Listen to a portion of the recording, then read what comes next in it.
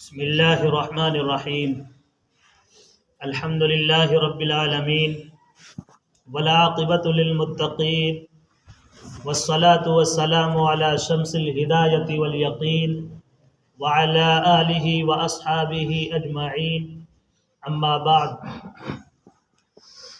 فقد قال اللہ تبارک وتعالی فی القرآن الکریم اعوذ باللہ من الشیطان الرجیم بسم اللہ الرحمن الرحیم المال والبنون زینۃ الحیاۃ الدنیا صدق اللہ العظیم اللہم صل علی سیدنا محمد وعلی آل سیدنا محمد وبارک وسلم اللہم صل علی سیدنا محمد وعلی آل سیدنا محمد وبارک وسلم اللہم صل علی سیدنا محمد وعلی آل سیدنا محمد وبارک وسلم۔ محترم بزرگوں اور بھائیوں، اللہ تبارک و تعالی کی نعمتیں بے شمار ہیں۔ اللہ کی اتنی نعمتیں ہیں کہ اگر ہم ان کو شمار کرنا چاہیں تو شمار نہیں کر سکتے۔ قرآن عظیم الشان میں اللہ تبارک و تعالی نے خود فرمایا ہے وَإِن تَعُدُّوا نِعْمَةَ اللَّهِ لَا تُحْصُوهَا کہ اللہ کی نعمتوں کو اگر تم شمار کرنا چاہو تو شمار نہیں کر سکتے۔ اللہ کی نعمتوں میں سے ایک بہت بڑی نعمت اولاد کی نعمت ہے، جس کو قرآن میں اللہ تبارک و تعالی نے فرمایا ہے المال والبنون زینۃ الحیاۃ الدنیا کہ مال اور اولاد یہ دنیاوی زندگی کی زینت ہے، رونق ہیں۔ اسی لیے اولاد کو عرف عام میں نور چشم بولا جاتا ہے، لخت جگر بولا جاتا ہے، رونق خانہ بولا جاتا ہے۔ نور چشم کا مطلب ہوتا ہے آنکھوں کا نور، لخت جگر کا مطلب جگر کا ٹکڑا، رونق خانہ گھر کی رونق، بڑھاپے کا سہارا، یا اسی طرح بڑھاپے کی لاٹھی اولاد کے سلسلے میں بولا جاتا ہے۔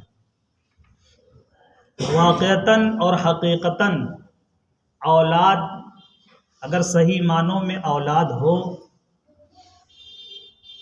تو بڑھاپے کا سہارا ہوتی ہے، بڑھاپے کی لاٹھی بن جاتی ہے۔ مگر اولاد بگڑ جائے، اولاد صحیح رخ پر نہ ہو تو وہی اولاد ماں باپ کے لیے زحمت بن جاتی ہے، ماں باپ کے لیے بے پناہ پریشانی کا ذریعہ بن جاتی ہیں۔ اسی لیے اولاد کے سلسلے میں بھی قرآن میں بہت سی ہدایات ہیں اور احادیث مبارکہ میں بھی بہت سی رہنمائی ہے۔ اولاد جو بچے پیدا ہوتے ہیں، چاہے بچی ہو یا بچے، وہ بالکل سادہ ہوتے ہیں، خالی زمین کے مانند ہوتے ہیں۔ جیسے خالی زمین ہو، اس میں کچھ بھی نہ ہو زمین میں، پھر اس کے بعد ہمارے اختیار میں ہے کہ اس زمین میں جو بھی فصل ڈالیں گے، جو بھی بیج ڈالیں گے، دانہ ڈالیں گے، اس طرح کی فصل تیار ہوگی۔ ایسے ہی اولاد بالکل صاف و شفاف ہوتے ہیں، دل و دماغ کے اعتبار سے خالی ہوتے ہیں، وہ اپنے ارد گرد کے ماحول کو جذب کرتے ہیں۔ ان کی آنکھیں جب کھلتی ہیں اور شعور جیسے جیسے ان کا بڑھتا ہے، سمجھ جیسے جیسے ان کے اندر آتی ہے، وہ اپنے ماحول کو دیکھتے ہیں، اپنے ماحول کا سامنا کرتے ہیں۔ جیسے وہ ماحول پا جاتے ہیں، اسی ماحول کے اعتبار سے وہ چھوٹے معصوم بچے ڈھل جایا کرتے ہیں۔ اب ہمارے اختیار میں ہے، ماں باپ کے اختیار میں ہے کہ اپنے بچوں کو کون سا ماحول فراہم کریں، کیسا ماحول دیں۔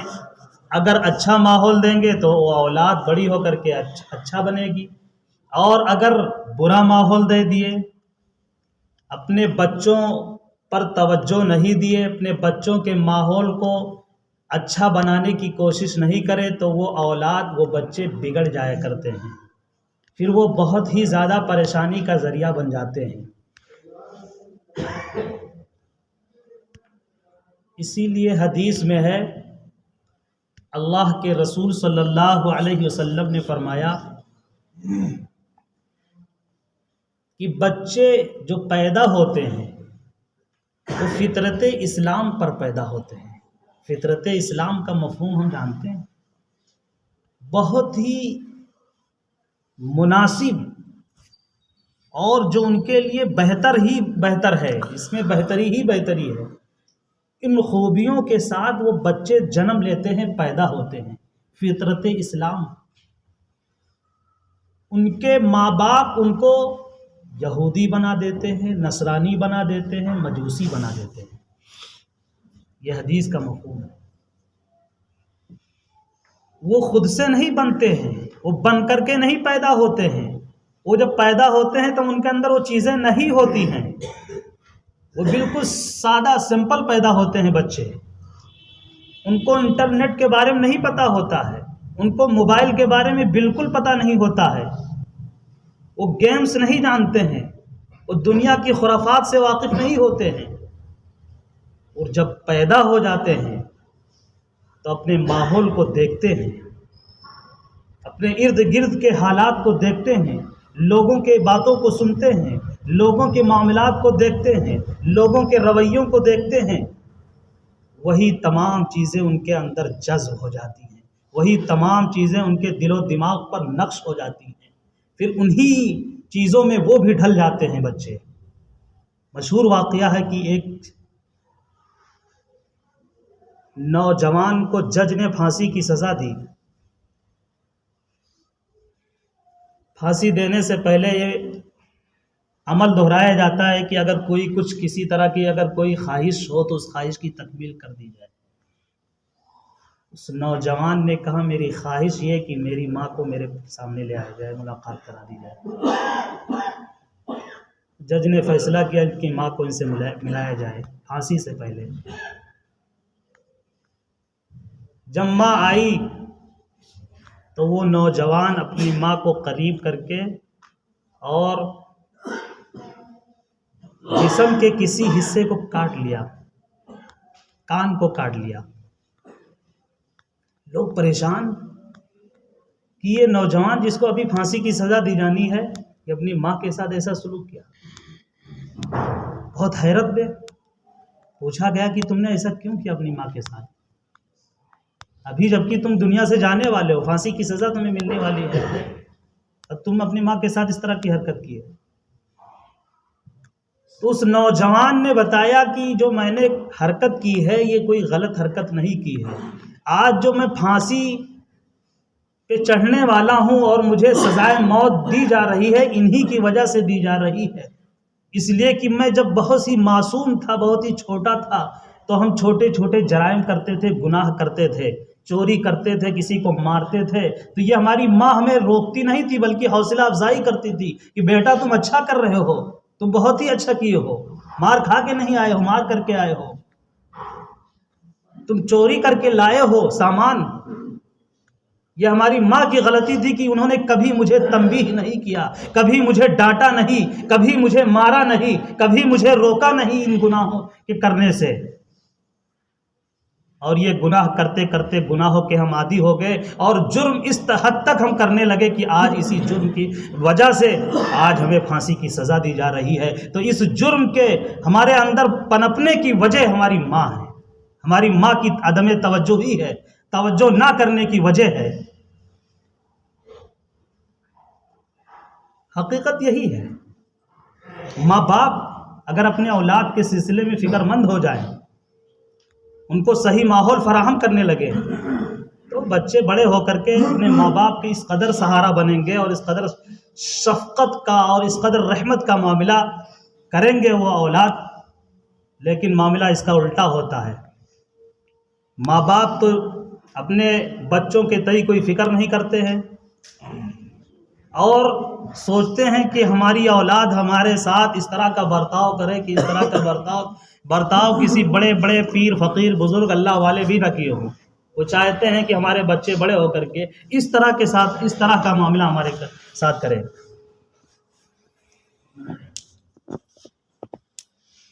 حضرت عمر فاروق رضی اللہ تعالی عنہ کی خدمت میں ایک باپ اپنے بیٹے کو پکڑ کر کے لے کر کے آئے اور حضرت عمر فاروق رضی اللہ تعالی عنہ سے شکایت کرنے لگے کہ یہ میرا لڑکا ہے، میرا بیٹا جوان ہے، اور یہ میں اس کا باپ ہوں، اپنے باپ کا کوئی حق ادا نہیں کرتا ہے، ہر وقت ستاتا ہے، پریشان کرتا ہے. حضرت عمر فاروق رضی اللہ تعالی عنہ نے چہرہ اٹھایا اور اس نوجوان کو دیکھا، کہا کہ کیا تمہارے باپ تمہارے تعلق سے سچ کہہ رہے ہیں؟ تو اس نوجوان نے کہا، یا امیر المؤمنین حضرت عمر فاروق رضی اللہ تعالی عنہ، آپ یہ بتائیے کہ کیا اولاد کا حق باپ پر نہیں ہے کہ صرف باپ ہی کا حق اولاد پر ہے؟ تو حضرت عمر فاروق رضی اللہ تعالی عنہ نے فرمایا کہ اولاد کا بھی حق ہے باپ پر، ماں باپ پر، اور یہ حق ہے. حضرت عمر فاروق رضی اللہ تعالی عنہ نے اس باپ کے سامنے بتایا اولاد کا حق. وہ حق یہ بتایا کہ ماں باپ اپنی شادی کرے تو ڈھنگ کی عورت سے شادی کریں، جو ڈھنگ کی ہو، اور صحیح سے شادی کریں، صحیح طریقے سے شادی کریں، اور جب بچے پیدا ہو جائیں تو ان بچوں کا نام صحیح نام رکھیں. اور تیسرا حق یہ بتایا کہ جب وہ بچے اس قابل ہو جائیں کہ اب ان کی پڑھائی شروع کی جائے تو ان کو صحیح تعلیم و تربیت کرے، ان کو صحیح تعلیم دلائے. حضرت عمر فاروق رضی اللہ تعالی عنہ سے اس نوجوان نے کہا کہ میرے باپ نے ان تینوں حق میں سے کسی حق کو ادا نہیں کیا ہے، اس لیے کہ میری ماں جو ہیں وہ ایک مجوسیہ کی لڑکی ہیں، شادی غلط جگہ کی ہے، میری ماں غلط جگہ کی ہیں، اور جب میں پیدا ہوا ہوں تو میرے باپ نے جو میرا نام رکھا ہے وہ جویل نام رکھا ہے، اور جویل عربی میں اس کا معنی آتا ہے پخانے کا کیڑا. اور انہوں نے مجھے الف با بھی نہیں پڑھایا ہے تعلیم کے اعتبار سے، انہوں نے مجھے کوئی کسی طرح کے کون سا حق انہوں نے ادا کیا میرا. حضرت عمر فاروق رضی اللہ تعالیٰ عنہ خفا ہوئے اور اس باپ سے کہنے لگے، تم ان کی برائی کی اور ان کے برا سلوک کی شکایت کرنے میرے پاس آئے ہو، جبکہ تم نے خود اب پہلے ہی اپنی اولاد کے ساتھ برا سلوک کر چکے ہو. آج یہ المیہ ہے، ماں باپ اپنے بچوں کو کون سا ماحول دے رہے ہیں، کس طرح کتنی توجہ دے رہے ہیں، ان کی تربیت کے تئیں کتنے فکر مند ہیں. آج جائزہ لینے کی ضرورت ہے. آج بچے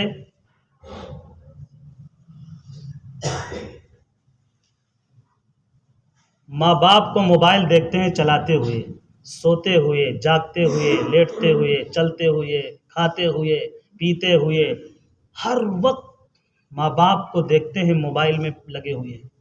تو وہ دودھ پیتے بچے ہیں جو ابھی معصوم ہی معصوم ہیں، کچھ بھی نہیں جانتے ہیں، جن کا دل و دماغ صاف اور شفاف ہے، وہ جب دیکھتے ہیں کہ کوئی ایسی چیز ہے جو بہت ہی اہم ہے اور بہت ہی فضیلت والی چیز ہے، بہت ہی فائدہ مند والی چیز ہے، اس کے نقصانات سے ناواقف ہوتے ہیں وہ بچے، اپنے ماں باپ کو ہر وقت اسی میں لگے ہوئے دیکھتے ہیں، تو ان کے اندر بھی اس سے قربت ہو جاتی ہے.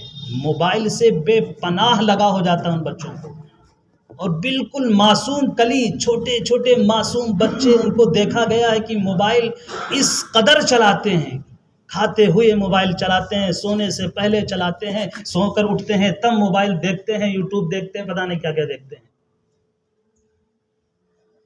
اس کا علاج صرف ایک ہی ہے کہ موبائل بچے کسی طرح سے نہ دیکھیں.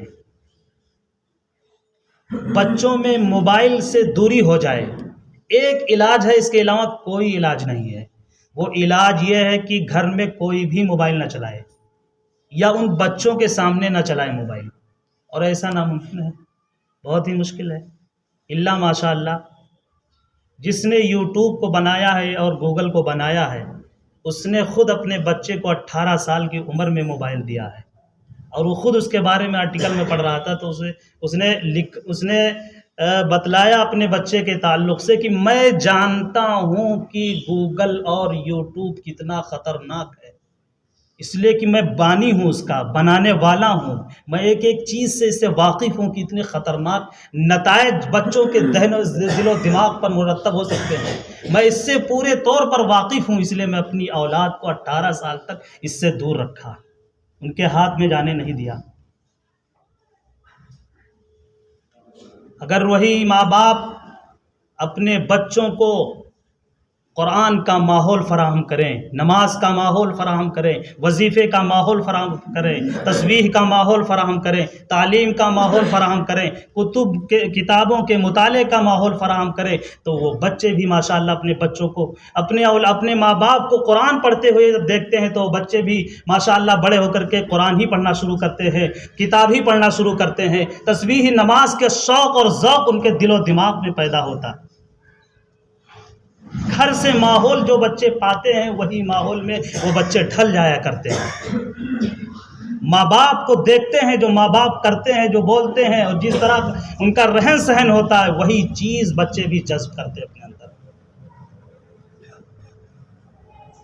حضرت سہیل تستری رحمۃ اللہ علیہ ایک بہت بڑے بزرگ اللہ کے ولی گزرے ہیں، ان کے ماموں بھی اللہ کے ولی تھے، ان کے ماموں کا نام امام محمد بن سوار رحمۃ اللہ علیہ ہے۔ حضرت سہیل تستری رحمۃ اللہ علیہ بالکل معصوم بچے تھے، 3-4 سال کے تھے۔ ان کے بارے میں واقعہ لکھا ہے کہ وہ اپنے ماموں کے یہاں رہتے تھے، ان کے ماموں بہت بڑے اللہ کے ولی، ہر وقت ذکر و اذکار میں، تسبیحات میں، تہجد میں، نمازوں میں، تلاوت میں، ہر وقت اللہ کی یاد میں رہتے تھے۔ سہیل دیکھتے تھے اپنے ماموں کے اس معمولات کو، تو کہتے تھے کہ ماموں جان، جو آپ کرتے ہیں میں بھی وہی کروں گا۔ ضد کرتے تھے کہ میں بھی نماز پڑھنے چلوں گا، میں بھی قرآن پڑھوں گا۔ ایسے بچے ہوتے ہیں جو ماحول دیکھتے ہیں تو اسی طرح کی ضد کرتے ہیں۔ جب موبائل دیکھتے ہیں تو موبائل کی ضد کریں گے، جب نماز دیکھیں گے تو نماز کی ضد کریں گے، قرآن کی ضد کریں گے۔ یہ ماحول ہوتا ہے۔ تو وہ ضد کیے کہ ہم بھی نماز پڑھیں گے، قرآن پڑھیں گے، تو ان کے ماموں چونکہ اللہ کے بہت بڑے ولی تھے اور وہ نیک تھے، انہوں نے نفسیات جان رکھا تھا، انہوں نے سمجھایا کہ بیٹا تم ابھی نماز نہ پڑھو، قرآن نہ پڑھو، بلکہ 2 جملے ہیں، اس کو ہر وقت تم کہہ لیا کرو، سونے سے پہلے، سونے کے بعد، اور چلتے پھرتے، کھانے سے پہلے، کھانے کے بعد، یعنی 24 گھنٹے میں ایک معمول بنا لو، بار بار اس کو ریپیٹ کرتے رہو۔ بہت ہی معمولی جملہ سکھایا سہیل کو ان کے ماموں جان نے، اور وہ جملہ یہ سکھایا کہ بیٹا تم یہ کہہ لیا کرو، اللہ معنا اللہ ینظرنا۔ عربی میں اس کا اردو ترجمہ یہ ہے کہ اللہ ہمارے پاس ہے اور اللہ ہمیں دیکھ رہے ہیں۔ صرف یہی 2 جملہ۔ اب حضرت سہیل تستری رحمۃ اللہ علیہ یہ بچپن میں ابھی اس کو شروع کر دیے، ماموں نے بتلایا وظیفہ، یہ وظیفہ شروع کر دیے، کہنا شروع کیا، بار بار کہتے تھے اللہ معنا اللہ ینظرنا، اللہ ہمیں دیکھ رہے ہیں، اللہ ہمارے پاس ہے، اللہ ہمیں دیکھ رہے ہیں، اللہ ہمارے پاس ہے، ہر وقت یہی معمول، یہی وظیفہ۔ جب تھوڑا سا بڑے ہوئے، سمجھدار ہوئے، شعور کے حد تک پہنچے، تو ان کے اندر شعور کا مادہ پیدا ہوا، تو ایک دن ماموں نے سمجھایا کہ بیٹے ایسا ہے کہ تم جو کہہ رہے ہو اس کا مطلب سمجھ رہے ہو؟ مطلب بتایا، اور مطلب ایک اللہ کے ولی کی زبان سے وہ مطلب کتنا اثر کرے گا۔ انہوں نے فرمایا کہ بیٹے جب تم یہ کہہ رہے ہو کہ اللہ ہمیں دیکھ رہے ہیں، تو اللہ اگر دیکھ رہے ہیں تو تم کیا اللہ کی نافرمانی کرو گے؟ کوئی غلط قدم اٹھاؤ گے؟ کوئی گناہ کرو گے؟ جب اللہ یہ سوچ، یہ تمہارے دماغ میں بیٹھا ہوا ہے کہ اللہ دیکھ رہے ہیں، اگر یہ پتہ چل جائے کہ ڈی ایم صاحب دیکھ رہے ہیں، سی سی ٹی وی کیمرے لگے ہوئے ہیں، غیر قانونی کوئی کام کر کے دکھا دے، تو اللہ جو سب سے زیادہ سپر پاور، سب سے زیادہ طاقت و قوت اور قدرت والے اللہ، جس کی پوری کائنات ہے، پوری کائنات کے تصرفات کے تنہا مالک اللہ، اگر یہ صفات دل و دماغ میں بیٹھ جائے اور ہر وقت یہ مستحضر رہے کہ اللہ ہمیں دیکھ رہے ہیں، تو کوئی غلط قدم اٹھائے گا؟ اور اللہ ہمارے پاس ہیں، اللہ قریب ہیں، حاضر و ناظر ہیں. تو پاس کا مطلب یہ ہے کہ ہمارے پاس ہیں، تو فوراً اگر ہم نے کچھ غلط کیا تو اس کی نوٹس لے سکتے ہیں اور ہمیں سزا دے سکتے ہیں، پکڑ گرفت کر سکتے ہیں، عذاب دے سکتے ہیں. جب یہ ماموں جان نے یہ مطلب بتایا تو حضرت سہیل تستری رحمۃ اللہ علیہ نے عہد کیا کہ ماموں جان ایسا کچھ نہیں ہوگا، ہم کوئی غلط گناہ کوئی نہیں کریں گے. اتنا اثر ہوا انہی دو جملوں کا کہ اتنے بڑے عارف اور شیخ المشائخ بنے بڑے ہو کر کے، اور اتنے عابد اور زاہد بنے کہ امام احمد ابن حنبل رحمۃ اللہ علیہ نے ان کے بارے میں، یعنی حضرت سہیل تستری رحمۃ اللہ علیہ کے بارے میں لکھا ہے کہ میں نے اپنی پوری زندگی، وہ وہیں کے رہنے والے تھے، انہی محلے کے رہنے والے تھے.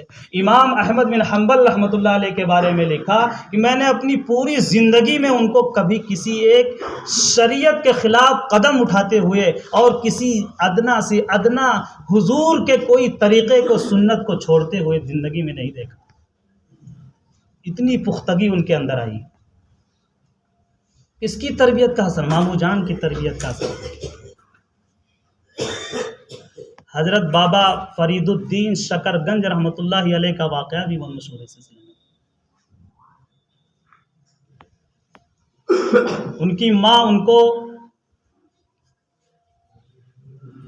نماز پڑھنے کی نصیحت کرتی تھی کہ بیٹا نماز پڑھا کرو. انہوں نے پوچھا کہ بچے تھے، نماز پڑھیں گے تو کیا ملے گا؟ بچے، ان کو چاہیے کچھ فائدہ. تو بابا فرید الدین رحمۃ اللہ علیہ نے پوچھا بچپن میں کہ اماں جان اگر ہم نماز پڑھیں گے تو کیا ملے گا؟ حضرت بابا فرید الدین شکر گنج رحمۃ اللہ علیہ کو شکر بہت زیادہ پسند، بہت زیادہ کھایا کرتے تھے، میٹھی چیز سے ان کو بڑا لگاؤ تھا، بہت پسند کرتے تھے. ماں نے کہا کہ بیٹا تم نماز پڑھو گے تو تمہیں شکر ملے گا. اماں چالاکی سے یہ کرتی تھی کہ مصلی کے نیچے پہلے ہی سے جو ہے شکر چھپا کے مصلی کے نیچے رکھ دیا کرتی تھی. اب جب وہ نماز پڑھ لیتے، چھوٹے سے تھے، جب نماز پڑھ کے ختم کرتے تھے تو امی جان، ان کی ماں کہتی تھی کہ بیٹا تم مصلی اٹھاؤ، اس کے نیچے شکر ملے گا. اور جب وہ مصلی اٹھاتے تھے نیچے شکر ملتا تھا، خوش ہو جاتے تھے. اس طرح نماز شکر کے ذریعے سے پڑھنا شروع کر دیے، شکر کے لالچ میں نماز پڑھتے شکر ملتا. اسی لیے بزرگوں نے لکھا ہے کہ پہلے جو عبادت ہوتی ہے وہ پہلے عبادت عادت ہوتی ہے، پھر عبادت ہوتی ہے. عبادت فوراً سوچیں کہ ہماری ہو جائے نہیں، پہلے عادت بنانی پڑتی ہے، عادت پھر عبادت. ایک دن ایسا ہوا کہ ان کی والدہ کہیں جانا ان کو ہو گیا، چلی گئیں.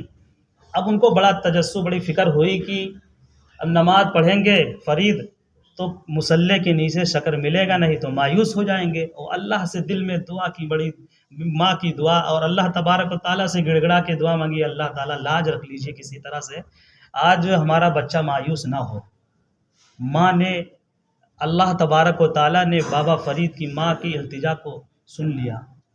اب وہ جب نماز مصلی بچھائے، نماز پڑھے، نماز پڑھنے کے بعد جب مصلی اٹھائے تو شکر مل گیا، شکر کھائے. والدہ جو ہے آئی، پوچھنے لگی کہ بیٹا نماز پڑھے تھے؟ ہاں نماز پڑھا امی جان. شکر ملا تھا؟ شکر ملا امی جان، لیکن آج کا شکر بڑا ہی عمدہ تھا اور شکر سے زیادہ اچھا لگ رہا تھا، بہت ہی اچھا لگا. حضرت بابا فرید الدین شکر گنج رحمۃ اللہ علیہ کے نام کے ساتھ شکر لگ گیا. شکر کے ذریعے سے عبادت، پھر عبادت کے ذریعے سے ریاضت، پھر ریاضت کے ذریعے سے پھر وہ اللہ کے قرب کو کتنا پائے کہ رہتی دنیا تک حضرت بابا فرید الدین شکر گنج رحمۃ اللہ علیہ کا لوگ نام ادب کے ساتھ لیتے رہیں گے.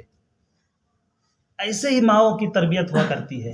ایسے ہی ماں باپ جب اپنے بچوں کے لیے صحیح ماحول فراہم کرتے ہیں، ان کی بے پناہ ان کے ساتھ توجہ کا معاملہ رکھتے ہیں، فکر کا معاملہ رکھتے ہیں، تو وہی بچے بڑے ہو کر کے پھر کیا وہ بنتے ہیں، اپنے ماں باپ کا کتنا نام روشن کرتے ہیں، اللہ کا کتنا قرب پاتے ہیں، دین کی کتنی خدمت کرتے ہیں، اور کس قدر اپنے ماں باپ کے لیے اعمال صالحہ کا ذریعہ اور صدقہ جاریہ کا سبب بنتے ہیں۔ یہ ماں باپ پر منحصر ہے کہ اپنے بچوں کے تئیں کتنی فکر کریں، کتنی کر رہے ہیں۔ اللہ تبارک و تعالی